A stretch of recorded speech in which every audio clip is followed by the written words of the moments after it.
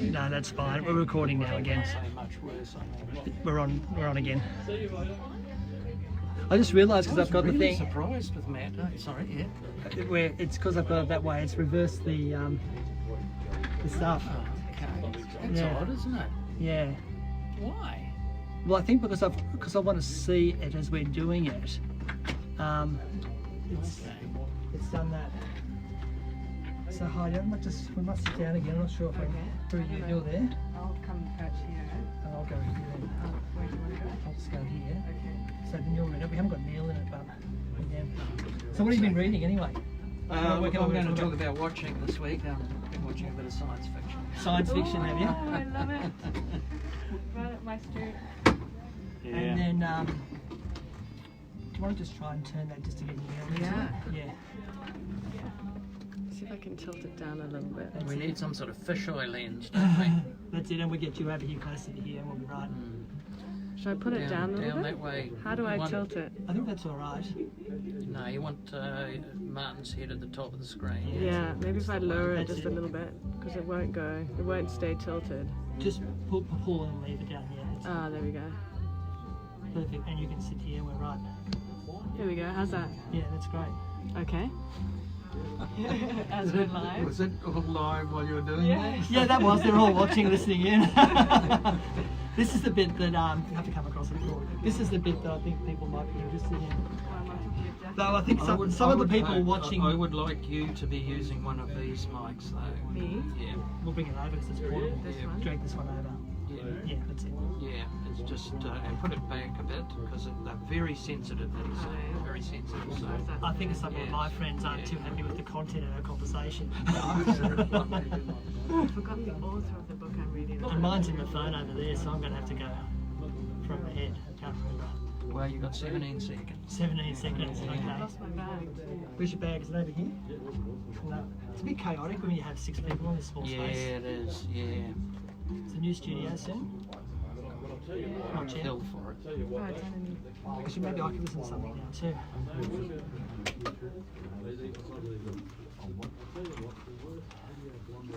Well, here we are, folks. We're heading down to the top of the program, if that makes sense. And we're at the point of the program where we talk about what media we've been consuming in the last week. And it'll start with me, okay, because I could see my two co-hosts are just not prepared. I've been watching a science fiction series on Amazon Prime. It's called The Expanse. Expanse. Yeah, it's into its 3rd season now, and it's set at a point in the future where Mars has been colonised and broken away from Earth. It has its own civilization running, and both Mars and Earth are mining what they call the belt, which is the asteroid belt that floats around just outside Jupiter there. And the point in history is that, you know, the belters, as they call themselves, the people who live and work on the belt as miners, want their own independence, which would lead to the rise of third power in our solar system.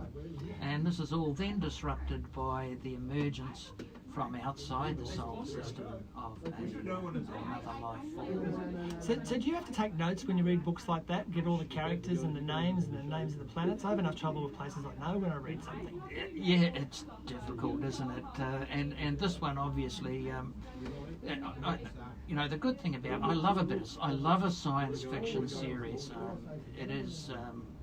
You know, it's just a good escape. Unfortunately, I find with a lot of American productions, both movies and books and these series, is that they can't keep it small. They have to eventually involve the destruction of the universe in the plot line, or the murder of the president, or something like that. Segment. That's exactly. So they can't keep doing that. So that I think is distracting from it.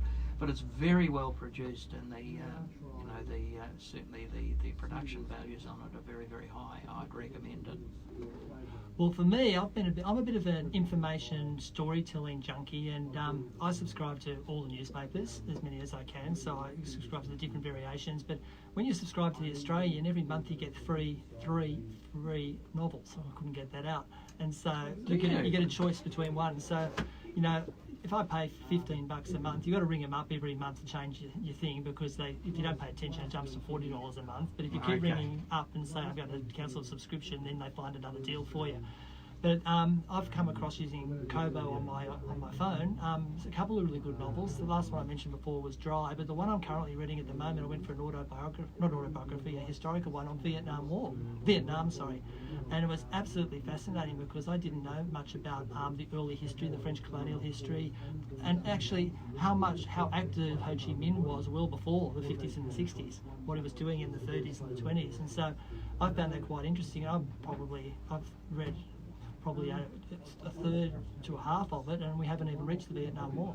So, and I was only between 5 and 12 when Gough came to power, so I don't really remember it, but I know my parents were conscious of the fact that there's potentially someone like myself might be conscripted. So I found that a really, really good read, something different.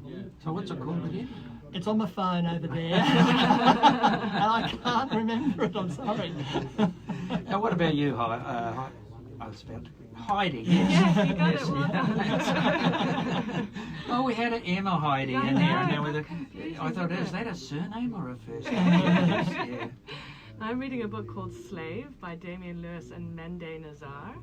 And Mende, she's a Sudanese girl, and she was actually captured when she was very young in her village in Sudan by some slave traders, and they took her and sold her into slavery until her early 20s, when she was rescued essentially in London. Damien Lewis is the journalist who helped her write the book, and he was actually there when she was rescued. So they worked together.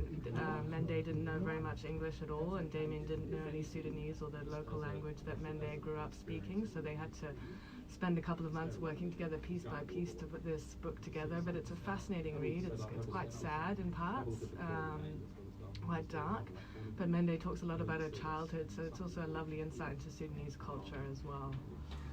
You said she was rescued in London. Yes, I haven't got to the bit in the book where she moved from Sudan to London, but there was some sort of organised movement of her from Sudan to London that I think was facilitated, through money and that changing hands and things like that. She was sold as a slave into London. From my understanding, yes, but I haven't got to that book part of the book yet. So I'm looking forward to hearing about that. Look, we're going to finish up now, folks, but don't go far, because the bench is on shortly. More sport than you know what to do with.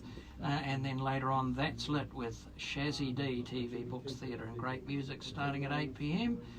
Next week we're going to have some more information on the Muagamara Nature Reserve and some information from the Marion Street Theatre Artistic Director Nate Gilkeys, I hope I've said his name right this time, about their community project initiative. And tomorrow night we'll be at the Triple H Trivia Night at the Pennant Hills Bowling Club. I'll be defending the Streetbeat title as the #1 trivia table. Equal first from last year. And I'm looking forward to next week. We might see what happens on the council front, some of the things we didn't discuss this week. That'll be great. So this is Neil. And Martin. And Heidi. We've enjoyed your company, and we will see you next week.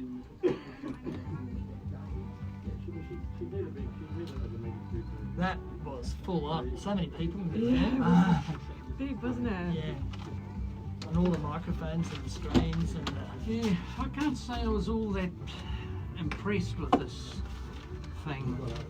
Sound levels, I'm going to be interested to listen to it. So that was connected to these portable ones. And this one. And that one. Yeah, and then it's feeding back in to here. Right.